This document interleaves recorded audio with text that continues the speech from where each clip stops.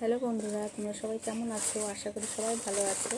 আজকে আমি আবার আরেকটি নতুন রেসিপি নিয়ে চলে এসেছি। তো দেখো, এখানে আমি ইলিশ মাছ নিয়ে নিয়েছি। আজকে আমি ইলিশ মাছের মাথা দিয়ে কচুর শাক রান্না করব। তো চলো রেসিপিটি স্কিপ না করে দেখতে থাকো। দেখো, আমি কচু শাকগুলো কাটতে বসে গেছি। এই কচু শাক যেভাবেই রান্না করো খেতে কিন্তু খুবই ভালো লাগে, কিন্তু শাকগুলো কাটতেই কষ্ট। দেখো আমার হাতের অবস্থাটা কি। তো চলো, আজকে এই কচু আমি যেভাবে রান্না করব খেতে কিন্তু দারুণ লাগবে।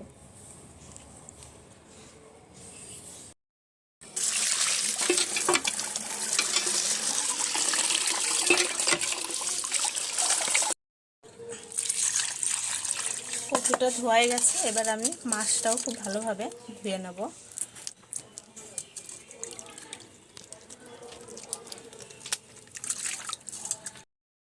জল দিয়ে কচুটা আমি ভাপিয়ে নেব, একটুখানি লবণ দিয়ে নেব। কচুটা ভাপানো হয়ে গেছে, এবার আমি খুব ভালোভাবে জল ঝরিয়ে নেব। এদিকে কচুর জলটা ঝরতে থাকুক, ততক্ষণ আমি এদিকে মাছটা ভেজে নেব।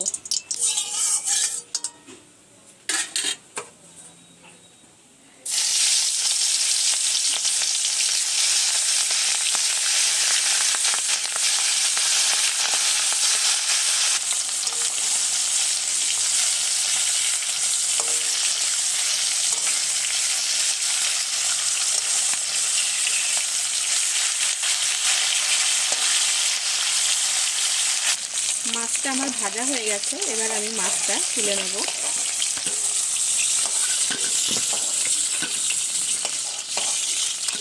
এবার আমি মাছ ভাজার তেলে শুকনো লঙ্কা, তেজপাতা আর কালো জিরে ফোড়ন দিয়ে দেবো। দিয়ে দেবো কয়েকটি চেরা লঙ্কা, একটু আদা বাটা, সামান্য একটু জিরে গুঁড়ো, দিয়ে দেবো স্বাদ মতো লবণ, হলুদ গুঁড়ো। এবার মশলাটাকে একটু নেড়ে চেড়ে কষিয়ে নেব। এবার দিয়ে দেবো সেদ্ধ করা কচু। কচুটা দিয়ে খুব ভালোভাবে আমি একটু নাড়াচাড়া করে নেব। দেবো মাছের মাথা। এবার খুব ভালোভাবে নেড়ে চেড়ে মিশিয়ে নেব। কচুর শাকটা প্রায় হয়েই এসেছে, এবার আমি নামানোর আগে স্বাদ মতো চিনি দিয়ে দেবো। চিনি দিয়ে আবারও একটু খুব ভালোভাবে নাড়িয়ে চাড়িয়ে নামিয়ে নেব। বন্ধুরা, রেসিপিটি তোমাদের কেমন লাগলো কমেন্ট করে জানিও। ভালো লাগলে লাইক, শেয়ার, সাবস্ক্রাইব করে চ্যানেলটির পাশে থেকো। চলো, তোমাদের সঙ্গে আবার অন্য কোনো রেসিপি নিয়ে দেখা হবে।